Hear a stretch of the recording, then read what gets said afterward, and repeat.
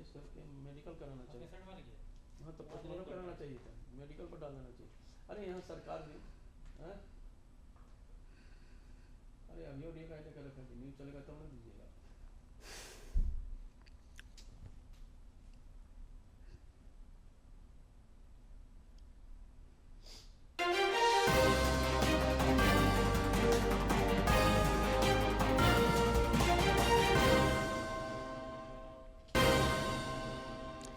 रक्षा राज्य मंत्री संजय सेठ ने स्ट्रीट वेंडर्स की स्थायी व्यवस्था के लिए रांची में भूमि का किया निरीक्षण। दीपिका पांडे सिंह का सशक्त पंचायत मजबूत गांव का संकल्प।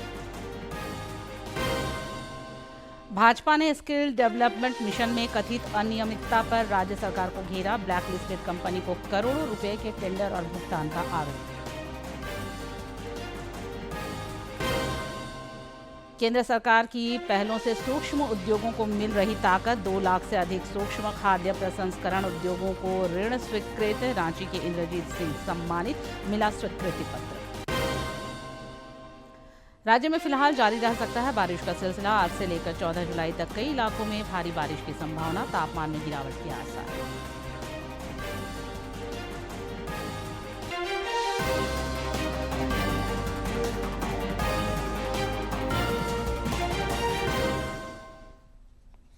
नमस्कार, खबरें झारखंड में आपका स्वागत है। मैं हूं निशा दीपिका सोरेन और अब समाचार विस्तार से। प्रधानमंत्री नरेंद्र मोदी 3 देशों की यात्रा संपन्न कर स्वदेश लौट आए हैं। उनकी इंडोनेशिया, ऑस्ट्रेलिया और न्यूजीलैंड की यात्रा से संबंधों को नई ऊर्जा मिली है और सहयोग के द्वार खुले हैं। प्रधानमंत्री ने एक सोशल मीडिया पोस्ट में वीडियो साझा कर कहा कि 4 दशकों में न्यूजीलैंड की पहली प्रधानमंत्री स्तरीय यात्रा के दौरान ऐसे अभूतपूर्व परिणाम देखने को मिले, जिनका मकसद भारत और न्यूजीलैंड को और करीब लाना था। श्री मोदी ने इस यात्रा की मुख्य बातें और कुछ खास पल साझा किए हैं।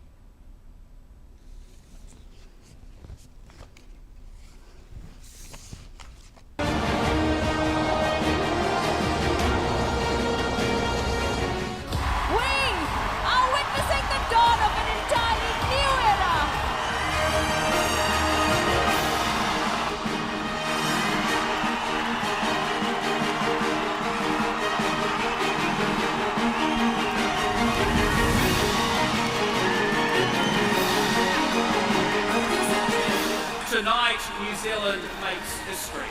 For the first time in 40 years, an Indian Prime Minister stands on New Zealand soil. Prime Minister Modi, let me say, on behalf of 5 million New Zealanders, you are worth the wait.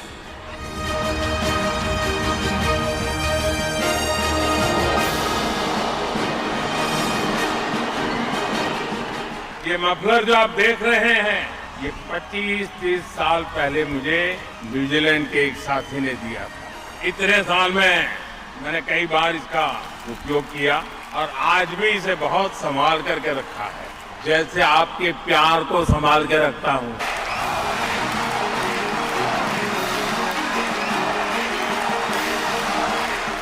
The 21st century will be shaped by India, and New Zealand wants to help build that future with you.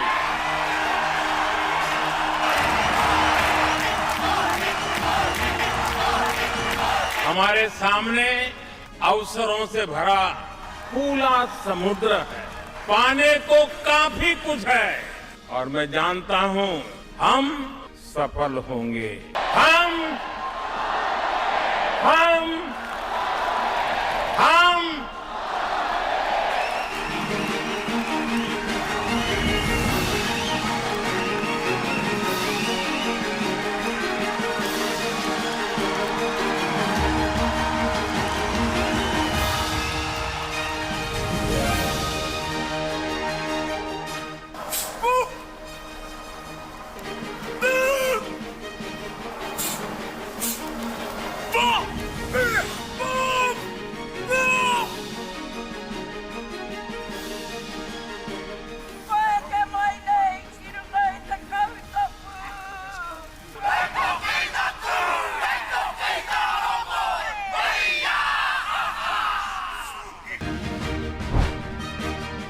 साल के बाद भारत के प्रधानमंत्री का New Zealand आना हुआ है। New Zealand के लोगों के बीच आकर उनका भारत के प्रति जो स्नेह है, ये देखकर कोई भी व्यक्ति बहुत ही भावुक हो जाता है और मेरे मन को छूने वाला है। यह माइलस्टोन हमें और अधिक ऊर्जा और अधिक विश्वास के साथ आगे बढ़ने के लिए प्रेरित करेगा। भारत में हमने रिफॉर्म, परफॉर्म और ट्रांसफॉर्म को गवर्नेंस का आधार बनाया है।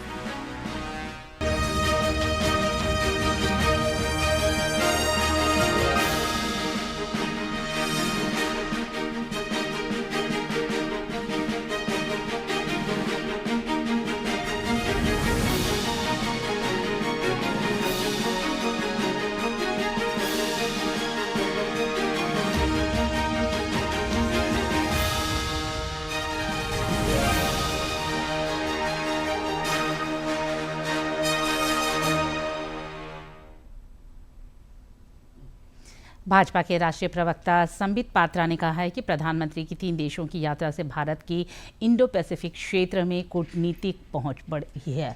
प्रधानमंत्री ने राष्ट्रीय हितों को सुरक्षित किया है। महासागर विजन को भी इस यात्रा से मजबूती मिली।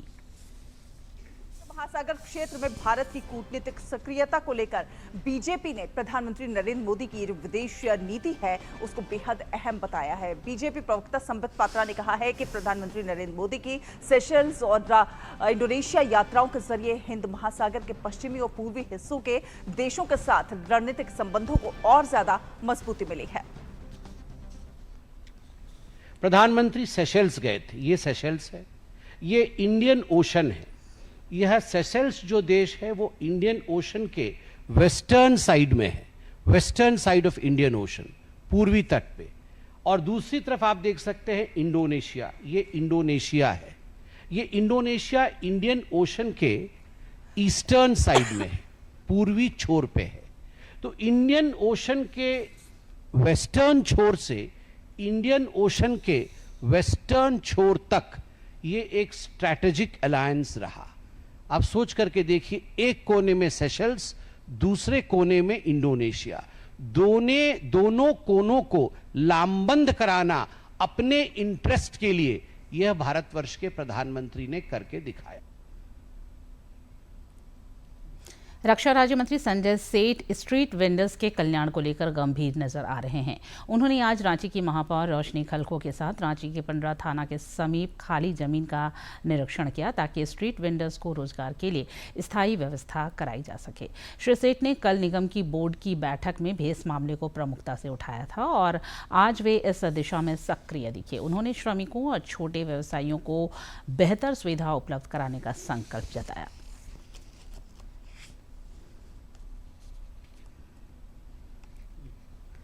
ग्रामीण विकास मंत्री दीपिका पांडे सिंह ने मजबूत गांव सशक्त पंचायत पर जोर दिया है। उन्होंने एक सोशल मीडिया पोस्ट में कहा है कि विकास का अर्थ सिर्फ शहरों का विस्तार नहीं बल्कि अंतिम व्यक्ति तक सुविधाओं और सम्मान को पहुंचाना है। ग्रामीण विकास मंत्री ने कहा कि सरकार का यह संकल्प है कि राज्य का हर गांव मजबूत हो, हर पंचायत सशक्त बने और विकास की किरण समाज के अंतिम पायदान पर बैठे व्यक्ति तक पहुंचे। इधर नेता प्रतिपक्ष बाबूलाल मरांडी ने ग्रामीण क्षेत्रों में बुनियादी सुविधाओं के मुद्दे पर राज्य सरकार को घेरा। उन्होंने सोशल मीडिया पर गिरिडीह के पीरटांड प्रखंड का एक वायरल वीडियो साझा किया है जहां कुछ ग्रामीण एक गर्भवती महिला को खटिया पर लादकर अस्पताल ले जाते दिख रहे हैं। श्री मरांडी ने इस दृश्य को अत्यंत पीड़ादायक बताया है। उन्होंने कहा कि इससे पहले भी इसी गांव से ऐसा ही एक मामला सामने आया था, लेकिन अब तक सड़क निर्माण की दिशा में कोई पहल नहीं हुई।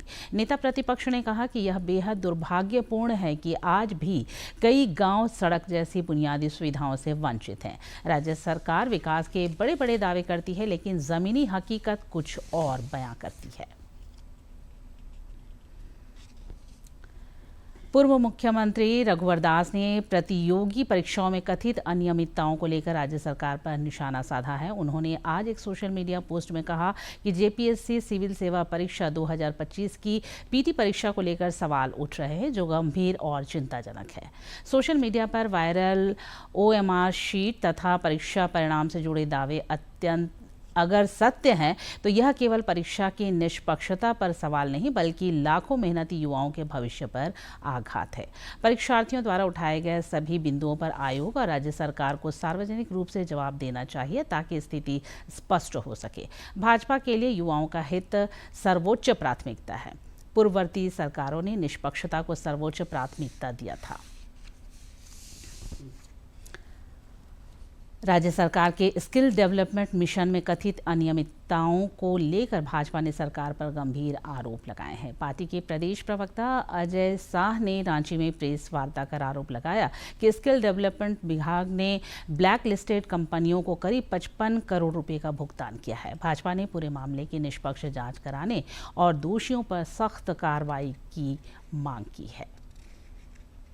स्किल डेवलपमेंट के विभाग ने ब्लैक लिस्टेड कंपनीज को 55 करोड़ रुपए का पेमेंट किया, जो कि पूर्ण रूप से अवैध है और अगस्त यानी कि अगले महीने से इनको और पेमेंट देने की तैयारी है। इसमें क्या रूपरेखा, कैसे ये पूरा घपला हुआ है, घोटाला हुआ है, मैं एक एक करके आपके सामने इसका विवरण जो है रखता जाऊंगा। जैसा कि हम सभी जानते हैं, जब बैंक गारंटी की बात होती है, गारंटी की बात होती है, सिक्योरिटी की बात होती है, तो यह व्यवस्था इसलिए है ताकि अगर कोई कंपनी, कोई सरकारी टेंडर में पार्टिसिपेट कर रहा है, अगर वह कंपनी डिफॉल्ट हो जाती है, सरकार का पैसा लेकर के भाग जाती है, बीच में काम छोड़ देती है, तो इसके लिए बैंक गारंटी उनसे जो लिया जाता है। इसी के तहत झारखंड में स्किल डेवलपमेंट, मुख्यमंत्री जो स्किल डेवलपमेंट योजना है, इसके तहत पूरे झारखंड में, गुमला में, साहेबगंज में, सिमडेगा में, हर जगह स्किल डेवलपमेंट का गवर्नमेंट ऑफ झारखंड ने टेंडर निकाला और कुछ चुनिंदा कंपनियों को इसका टेंडर जो उन्होंने अलॉट किया। रांची में झारखंड कोलियरी मजदूर यूनियन के केंद्रीय समिति की बैठक हुई। केंद्रीय कार्यालय में आयोजित इस बैठक के दौरान झामुमो के केंद्रीय महासचिव विनोद पांडे समेत अन्य नेता मौजूद रहे। इस दौरान यूनियन के कार्यों की समीक्षा हुई, साथ ही आगामी कार्यक्रमों पर भी विमर्श हुआ। श्री पांडे ने श्रमिकों के हितों की रक्षा सुनिश्चित करने की दिशा में पदाधिकारियों को सक्रिय रहने की हिदायत दी।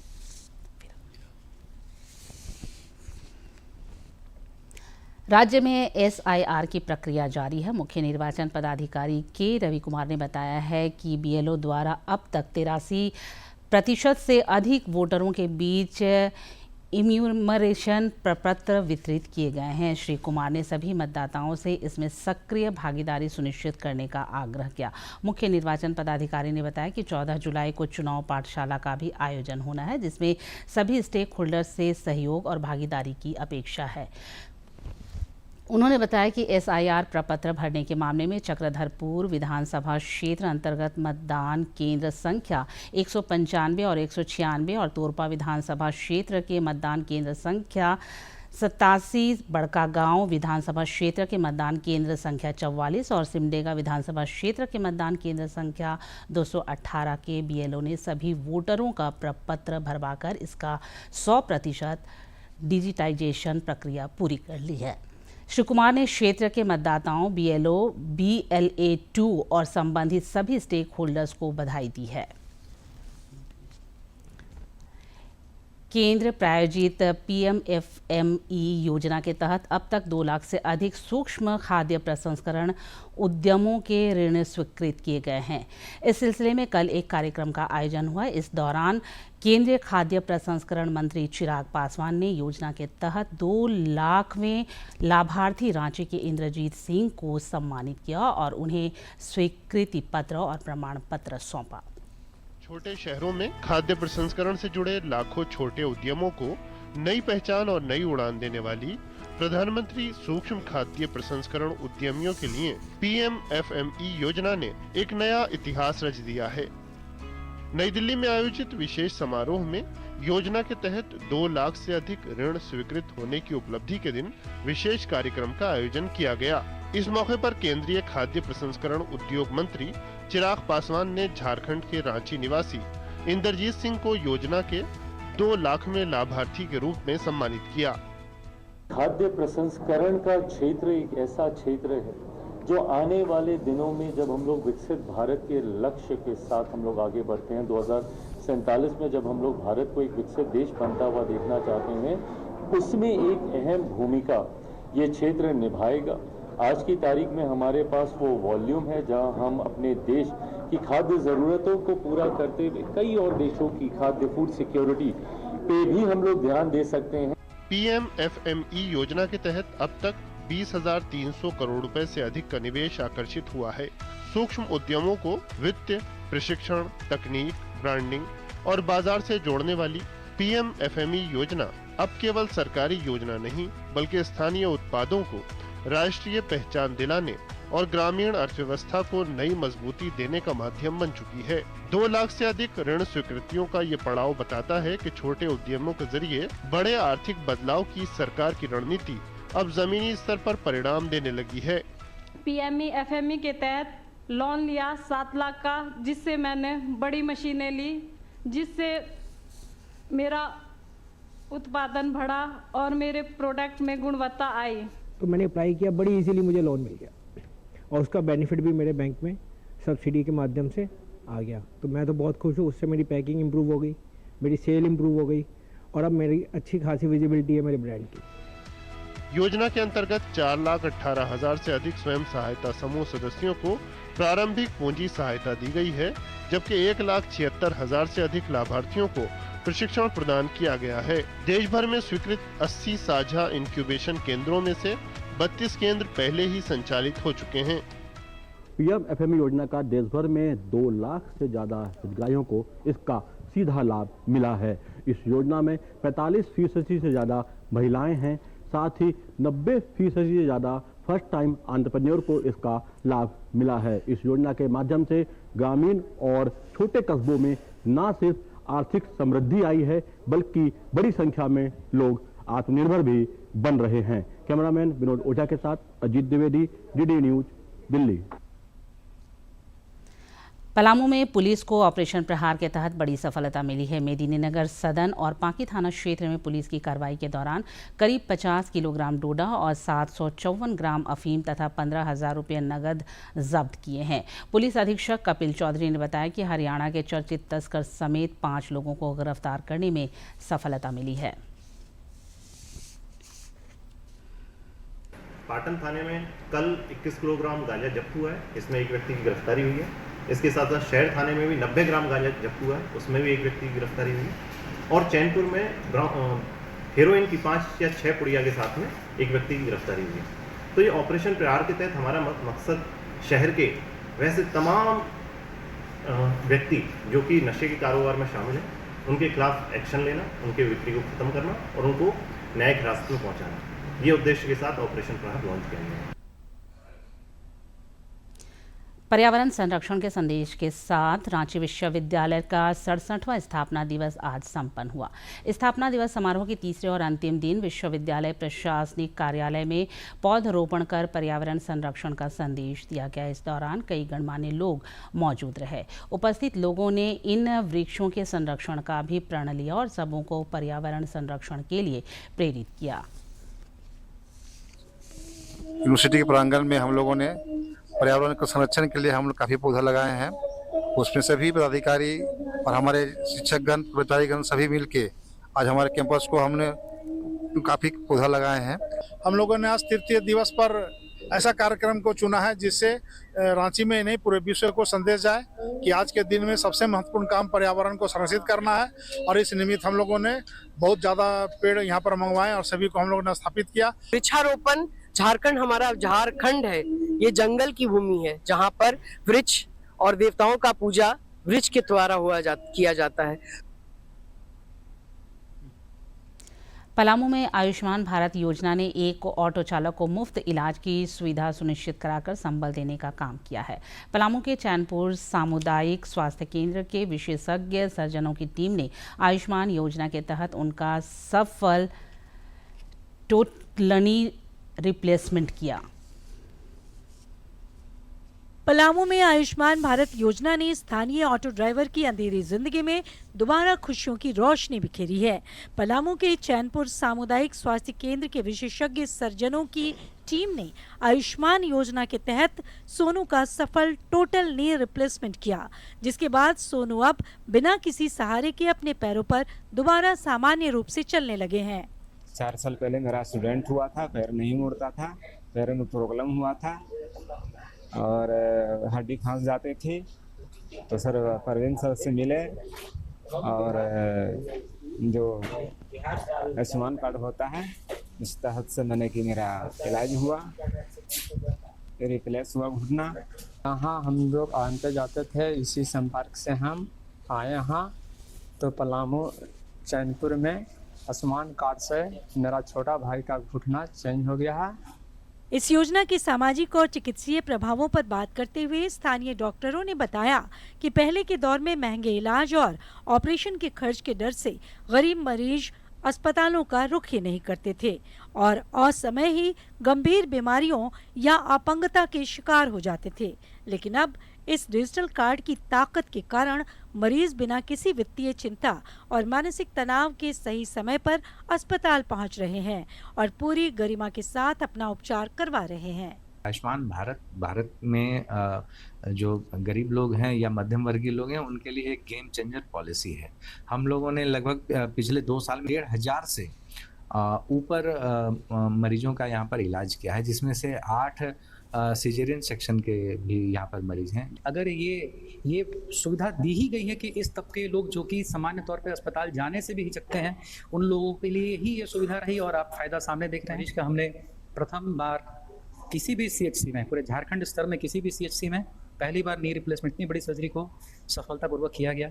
निश्चित रूप से आयुष्मान भारत योजना ने समाज के अंतिम पायदान पर खड़े व्यक्ति को ये विश्वास दिलाया है कि पैसे के अभाव में उसका इलाज नहीं रुकेगा।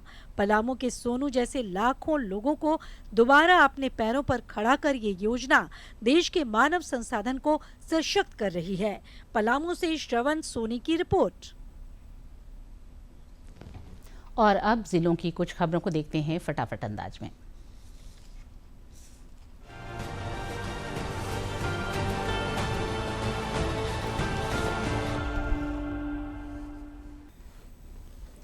देवघर जिले के पंचायत पत्थरडड्डा प्रखंड सारठ निवासी जीतनी देवी को उनके पति स्वर्गीय बिरजू मांझी की मौत के बाद मुख्यमंत्री झारखंड प्रवासी श्रमिक दुर्घटना कोष से 50,000 रुपये का चेक दिया गया।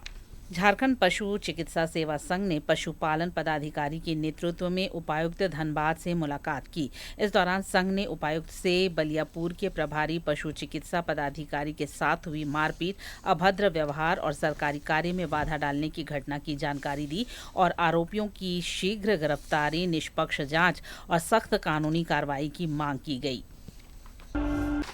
लातेहार में विशेष गहन पुनरीक्षण SIR कार्यक्रम के तहत मतदाता सूची पुनरीक्षण कार्यों की गहन समीक्षा की गई। अधिकारियों को निर्वाचन आयोग के दिशा निर्देशों के अनुरूप समयबद्ध 100% एवं त्रुटि रहित निष्पादन सुनिश्चित करने का निर्देश दिया गया।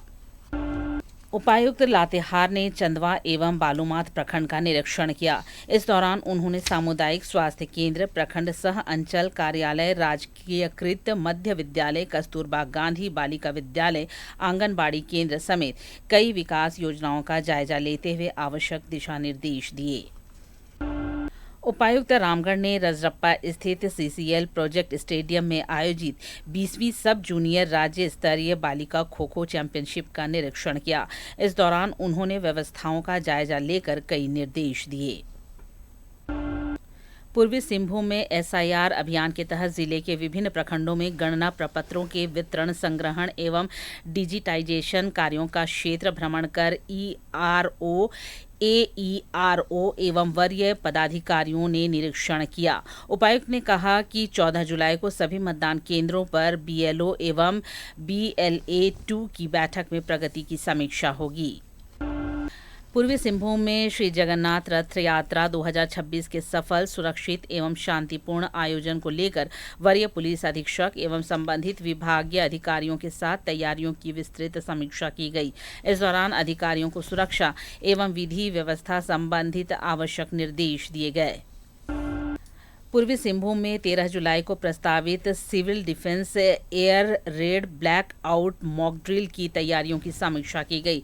सभी संबंधित विभागों को आपसी समन्वय, एसओपी के 100% अनुपालन तथा समयबद्ध तैयारियां सुनिश्चित करने के निर्देश दिए गए। पूर्वी सिंहभूम जिले के बहरागोड़ा पुलिस ने कीमती रत्न पन्ना की अवैध तस्करी के खिलाफ कार्रवाई करते हुए 3 तस्करों को गिरफ्तार किया है। कार्रवाई के दौरान 2 मोटरसाइकिल, 3 एंड्रॉयड मोबाइल और 2,300 रुपये नकद भी जब्त किए गए हैं।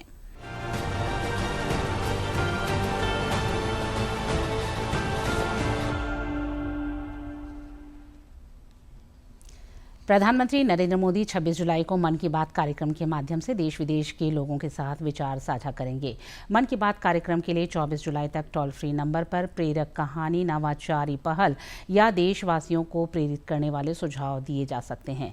प्रधानमंत्री का आकाशवाणी पर प्रसारित होने वाला यह मासिक लोकप्रिय कार्यक्रम कई जन आंदोलनों का वाहक भी बना है तथा हर महीने लोग इसका बेसब्री से इंतजार करते हैं। जानते हैं मौसम का हाल। राज्य के कई इलाकों में 18 जुलाई तक बारिश के आसार हैं। आज और कल भी राज्य के कई इलाकों में भारी बारिश के आसार हैं। मौसम विज्ञान केंद्र ने बताया है कि धनबाद समेत कुछ अन्य हिस्सों में आज तेज बारिश की संभावना है। वहीं 13 जुलाई को धनबाद के अलावा कोल्हान में भी भारी बारिश हो सकती है। संथाल परगना और गिरिडीह में 14 जुलाई को कहीं कहीं भारी बारिश का पूर्वानुमान है। इस अवधि में आंधी और वज्रपात की भी संभावना है, जिसे लेकर मौसम विज्ञान केंद्र ने येलो अलर्ट जारी किया है। तापमान में करीब 4 डिग्री सेल्सियस तक की गिरावट हो सकती है। इधर पिछले 24 घंटे के दौरान पूर्वी सिंहभूम के बहरागोड़ा में सर्वाधिक 35 मिलीमीटर बारिश हुई। सभी जिलों में तापमान गिरा है। 1 जून से राज्य में अब तक औसतन 38% कम बारिश हुई है। और अंत में मुख्य समाचार एक बार फिर।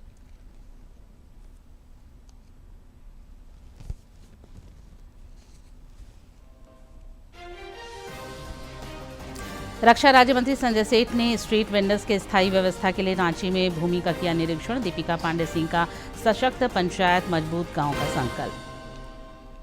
भाजपा ने स्किल डेवलपमेंट मिशन में कथित अनियमितता पर राज्य सरकार को घेरा। ब्लैक लिस्टेड कंपनी को करोड़ों रुपए के टेंडर और भुगतान का आरोप। केंद्र सरकार की पहलों से सूक्ष्म उद्योगों को मिल रही ताकत। 2 लाख से अधिक सूक्ष्म खाद्य प्रसंस्करण उद्योगों को ऋण स्वीकृत। रांची के इंद्रजीत सिंह सम्मानित, मिला स्वीकृति पत्र। राज्य में फिलहाल जारी रह सकता है बारिश का सिलसिला। आज से लेकर 14 जुलाई तक कई इलाकों में भारी बारिश की संभावना। तापमान में गिरावट के आसार।